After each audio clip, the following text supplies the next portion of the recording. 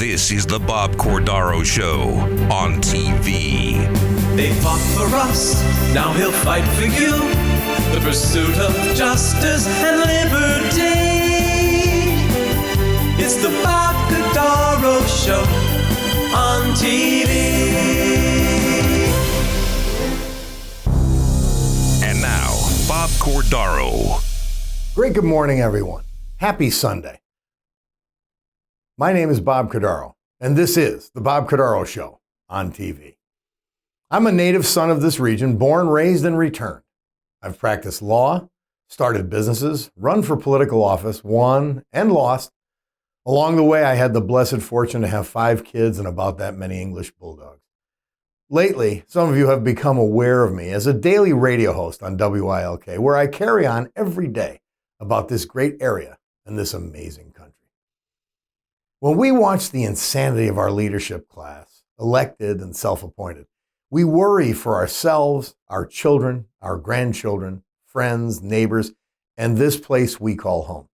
And we worry for our country and this world, which is being torn apart by people who care more about their power, privilege, and control over you than they do about the people they're supposed to lead, protect, and help succeed.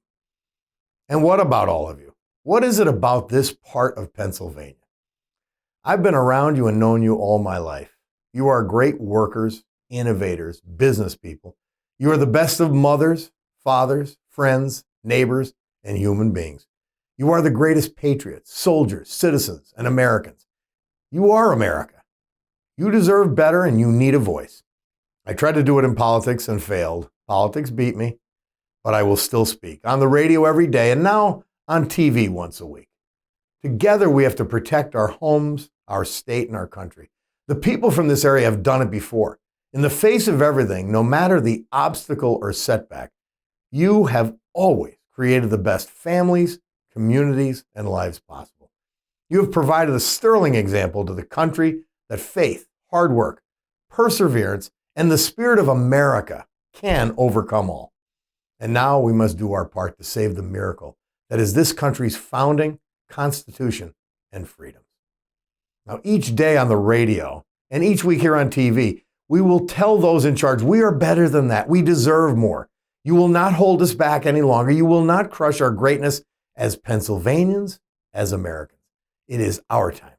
It is our grandchildren and children's time. It is time for our area to flourish and triumph, and you, our so-called leaders, have to get out of our way.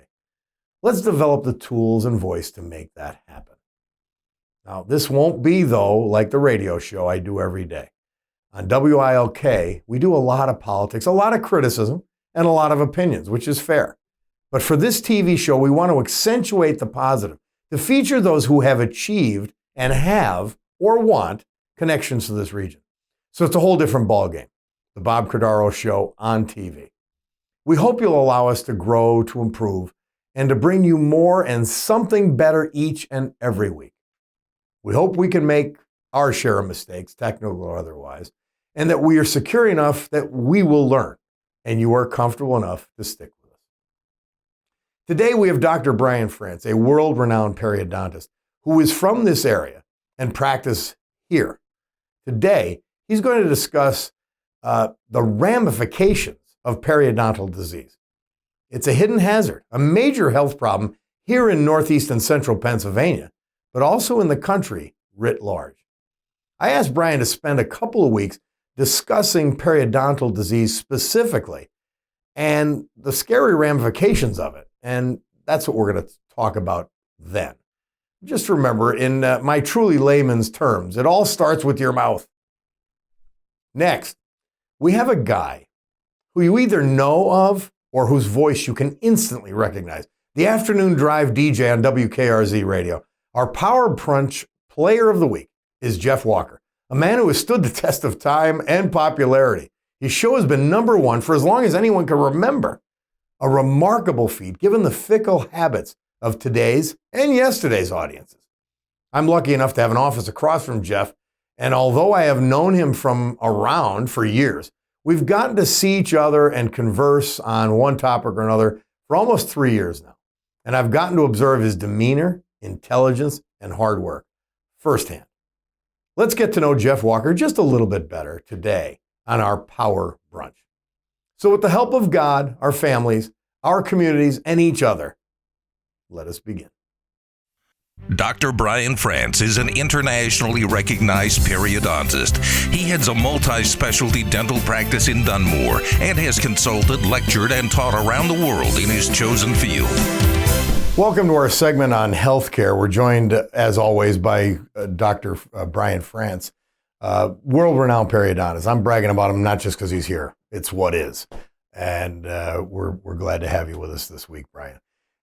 We talked last week about sort of a discovery in brief of what periodontal disease is.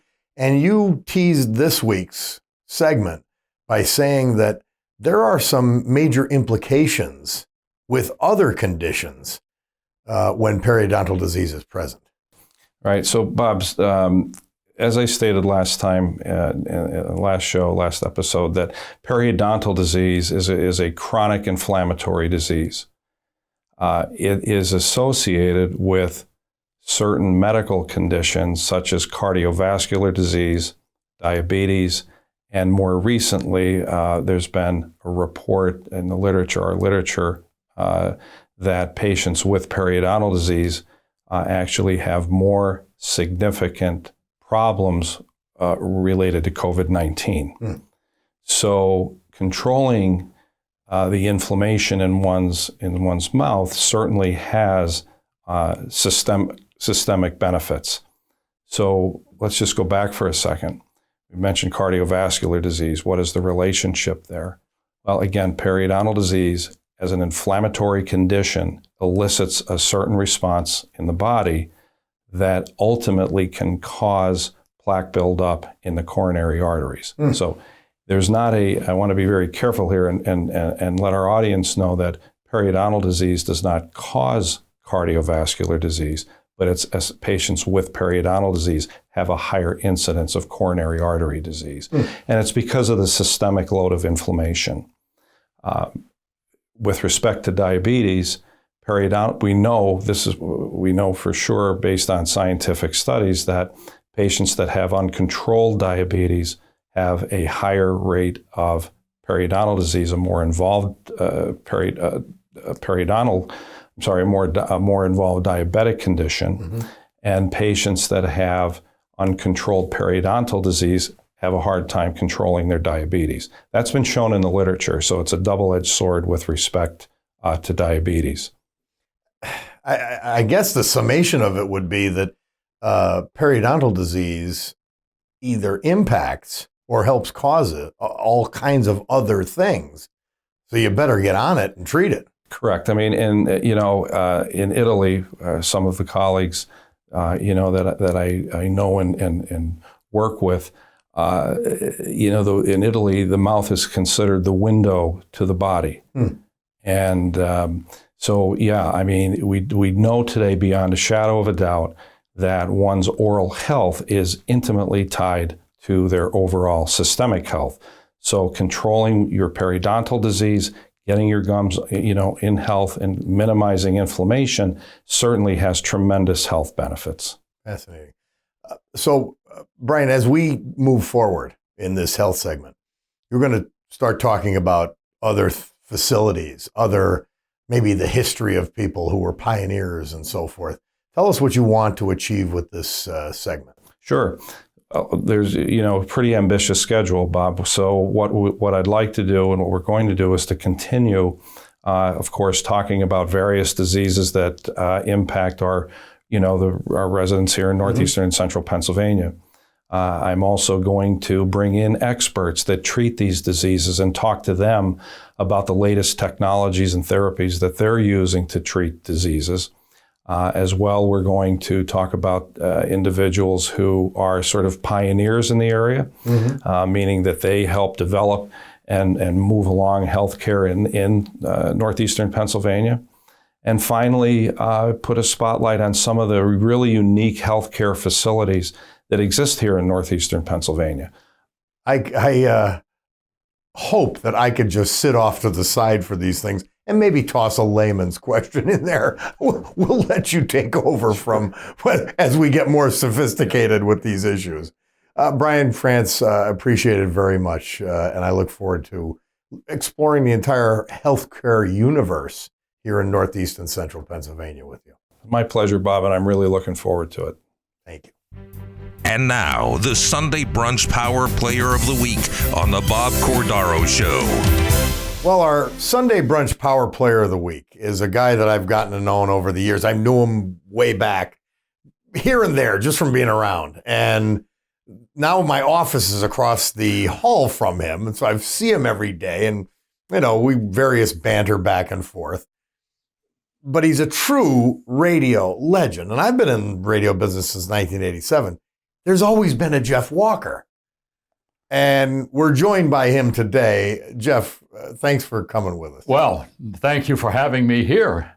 I have a feeling by the time we're done, I'm going to feel very old the way you're talking. He's been around forever. Well, all right, let's go from the beginning. Where were you born? You're a Massachusetts. I was born just outside Boston in a city called Beverly, right next to Salem, where we burn the witches, of course.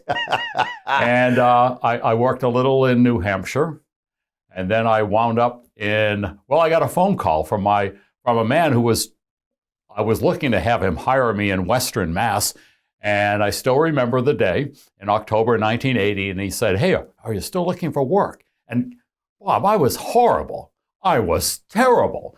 So I said, "Yes."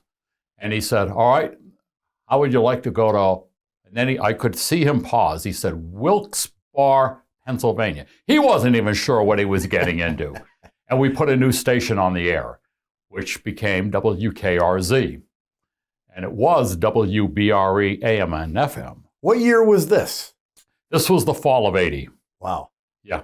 I was... they were barely putting music on FM around here at that point. We caught it right in the nick of time. We arrived, and all I heard from everybody, "Oh, well, good luck, guys, but, everybody listens to WARM around here." And then the minute we blasted onto the air on FM, no commercials for 6 months. Wow. We only had Who were the owners? Northeast Radio, they were called.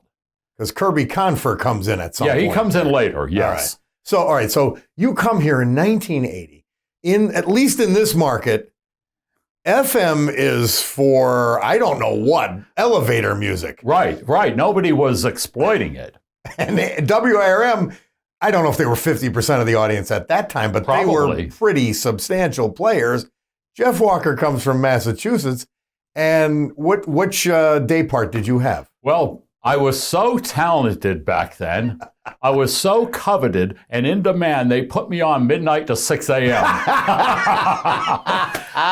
Well, only 3 nights, though. And then, honest to God, my boss, and he's a dear friend, Jim Rising, he said, "Listen." I remember he was an on-air guy. He was a great on-air guy. And he said, "Listen, how would you like to work 7 to midnight?"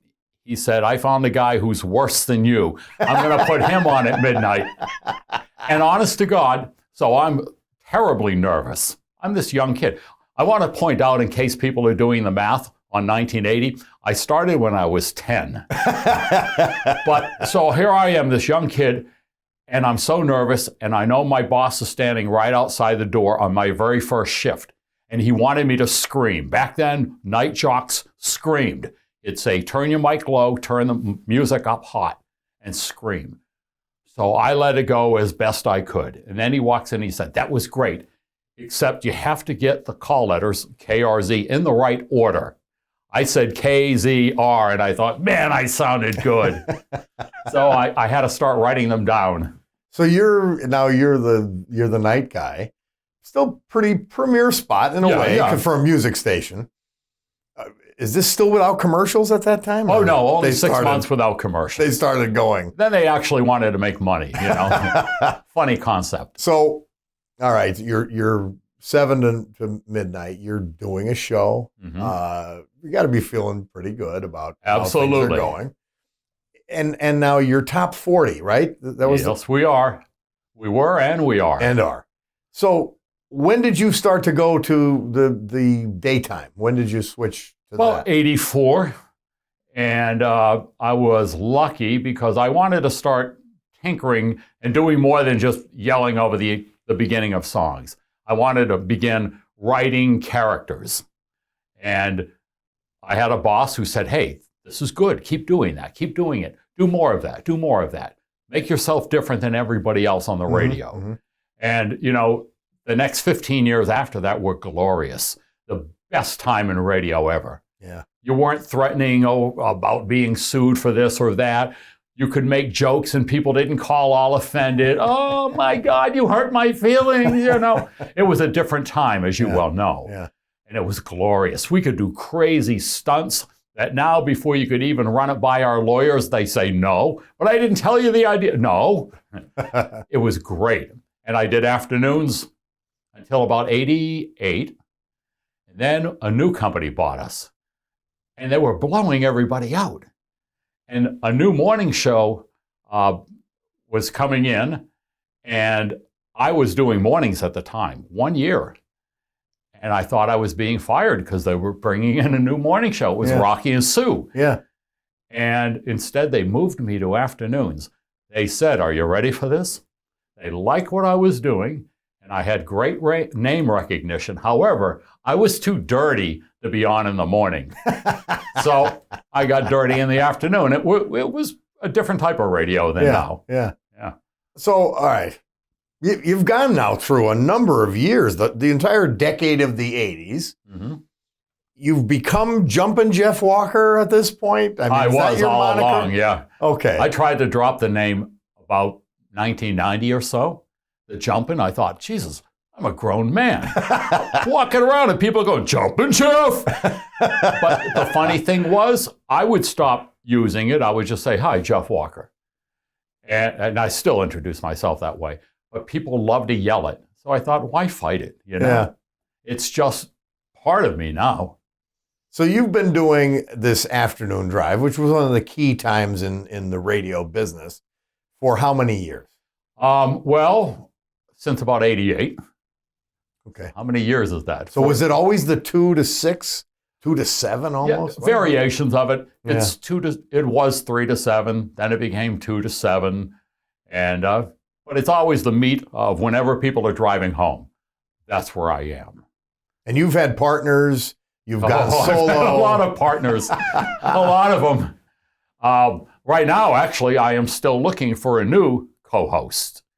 But it's very, you know, it's got to be the right person. You had great chemistry with your previous host. Oh, Amanda. Amanda was great. That was the best. Yeah. But that only comes along maybe once in a lifetime. I met her when she came into town to apply and for us to meet her. Mm-hmm. And I went to dinner with her, and I called my boss the next morning. I said, she's the one. He said, are you sure? I said, absolutely. Sometimes you just click with somebody, and it can work in business. It can work in a relationship. A relationship is a good example. Yeah. You know, you hear people all the time. I knew the minute I met him, you know, he was the one. And that was a glorious 15 years. Well, I had the benefit of having an office across from Jeff and Amanda when they were in the sort of the heyday of their show. And it was like a synchronized swimming with the two of you. It really was. So easy. Yeah. We would just start talking about things on the air, not planned, and it would just blow up and we'd both end up, you know, I would be doubled over. She'd be crying on the air, and she had the most infectious laugh. Yeah. And people would comment on her laugh all the time. And, you know, without trying to design it this way, we became a radio version of Beauty and the Beast because she's very classy and articulate and finds the good in everything. I just trash everything. And I say the wrong things. I'm that bull in a china shop. If you want people's feelings hurt or you want to hear the blunt truth, I will be happy to tell you. And then I feel bad afterward, but you're live. It just comes out, you know? Well, all right, so you start all the way back in 80 here. And you're not a carpetbagger. You're a native of the area at this point. This feels like home to me. Yeah. So, but let's talk about the industry. You talk about changes in ownership and all that, but there's something else going on. You're top 40. So the music is changing and evolving from something more like we would understand, and you've had to adapt to an entirely different musical genres. Everything's different. Yes. Everything has to keep changing. You can't be doing, not only in the music is dramatically different. The 80s were wonderful, 90s were great. We're in a challenging time. I'm going to be polite. We're in a challenging time. The music it comes in spurts. Pink, thank God for people like Pink and Taylor Swift. They put out high quality music that the lyrics mean something, that you can understand them. There's a lot of music now that is, I'm going to be polite and say, challenging. I have a belief, like I was watching the American Music Awards. If you have to bleep out half of a song, why are you choosing that person to perform it? I listened to your show. I could not watch the American Music Awards. It was on the TV when I came in, and I think they're just trying to appeal to such a broad audience that they're losing the main audience. Yeah. That's my take on it. But in the same respect, even more so than the music, you have to change the show. As I alluded to before, I used to create characters. You would have all these almost like skits, for lack of a better, in radio we call them bits. Yeah. But it's no different than doing a radio version of an SNL skit. Yeah. And that was all the rage in the 90s. And then in the same way, sitcoms went away and reality TV came in, the same thing happened to radio, where young jocks coming up now only know one style of radio, and that's like to throw out a question and take callers. And there's nothing wrong with that. I do that also. But I also like to have funny songs, funny skits, bits. Yeah. And I like more of an all-around presentation and hit it from all different sides rather than just depend on phone calls. Well, so after all these many years, do you ever go back to the future and play any of your old skits? Yes, Are they recorded? absolutely. You know, I wouldn't go back to some things. I used to do a wildly popular running bit for a few years called Jeff Walker Crime Fighter. I'm not ready. That makes me laugh just to hear it. I mean, that can't be that. It was so ridiculous. A 2 or 3 minute story once a week, all produced, sound effects, characters. I actually sent that out when I thought I was going to leave KRZ. I wanted to move around, see the country. Yeah. And there was a guy in South Carolina who wanted to hire me based on that purely. And then I didn't go because, I was in love here. Oh, isn't that a sweet story? But anyway, so the show has to evolve the same way TV evolves. Yeah. So I like a little bit of everything right now. And I have a very twisted sense of humor. So I like things that are a little off kilter. But you've stayed fresh. You've stayed fresh for the audience. And it isn't just the music. I'm not listening when I listen to you for the music. Right. I'm listening for you. I was listening for you and Amanda. I'm listening for your byplay, your take on everyday events. And you've kept, and I'm an old guy, I understand that. But you've kept incredibly relevant and contemporary. People say that to me, and I'm not really aware of it. I don't stop and analyze it that way. But I think part of the success has to be, like Amanda was a big part of my success in recent years because she's much younger. She's female. Mm-hmm. I always want that counterbalance. Yeah. I don't want two people in the room agreeing with each other on everything. I want what I call friendly friction. We'll go at it. And I've always been able to have people like that in the room with me, also presenting a younger viewpoint, a female viewpoint, mm-hmm. and it leads to wonderful discussions and sometimes hilarious fights over the dumbest things. So you just need a woman who can live on food stamps. Sure. And work with Jeff Walker every day. I think we'll pay you enough to get over the food stamps. Hopefully. We will. Well, it's so many years. Number one. It's really incredible. Your durability as a personality. And really what radio comes down to, in my view, is who you want to hang around with. And people have been doing this with you for 40 years plus. You know, I have a DJ company, and we do, weddings and all, and it feels good and a little freaky at the same time when I talk to like the bride and groom, and they'll say, I've been listening to you my whole life. I'm thinking, that's great. And I'm thinking, oh my God. And I'm talking to a 30-year-old who's been listening to me his entire life. But it is flattering. People always come up to me at weddings the minute I open the microphone. They'll say, oh my God, are you that guy from the radio? Yeah. Yes, I'm here from the radio. I'd like to see your documents, please. Can I see some identification? But it's a good feeling because, and a lot of them are still listening now. Well, I drive into the radio station every day on Jumpin' Jeff Walker Way. Yeah, that's kind of weird. But it's cool. And it's neat that you've just been able to do it at such a high level for so long. You feel fresh, obviously. Yes. And, the funny thing is the thrill isn't gone yet. I didn't design it this way, but the best comparison, as you probably know, I'm a huge Tom Brady fanatic. I admire he is doing something at his age you're not supposed to be able to do. He's playing pro football, but you can see the desire for him is amazing. And that's how I feel like I'm playing a younger man's game here, but I'm still loving it. And I think I will know when it's no longer fun and it's time to walk away. Well, let's hope that's not for a while, Jeff Walker. I don't think it will be for a while. Not yet. Great. Well, thank you for being with us. Bob Cordaro Show on TV is proud to have you as one of our first guests. My pleasure, Bob. And it's fun listening to you cackle across the hallway every day. Ladies and gentlemen, Jeff Walker, truly, how often can you know a legend? Please. We've got one here. It's flattering, but he knows it's true. Jeff, we thank you for joining us. My pleasure, Bob. All right, pleasure. Your Sunday Brunch Power Player of the Week on the Bob Cordaro Show. Join us every week for the Sunday Brunch Power Player of the Week. It was great to have you meet Jeff Walker, the guy that I see every day, the guy that we hear every day. A true character.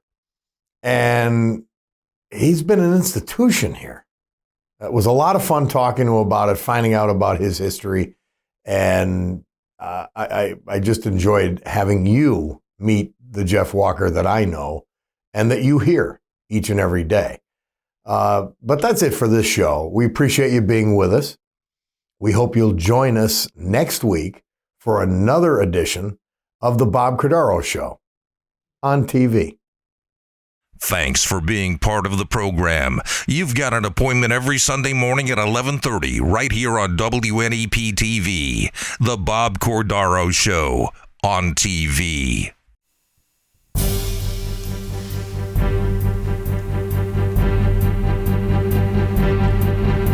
They fought for us, now he'll fight for you. The pursuit of justice and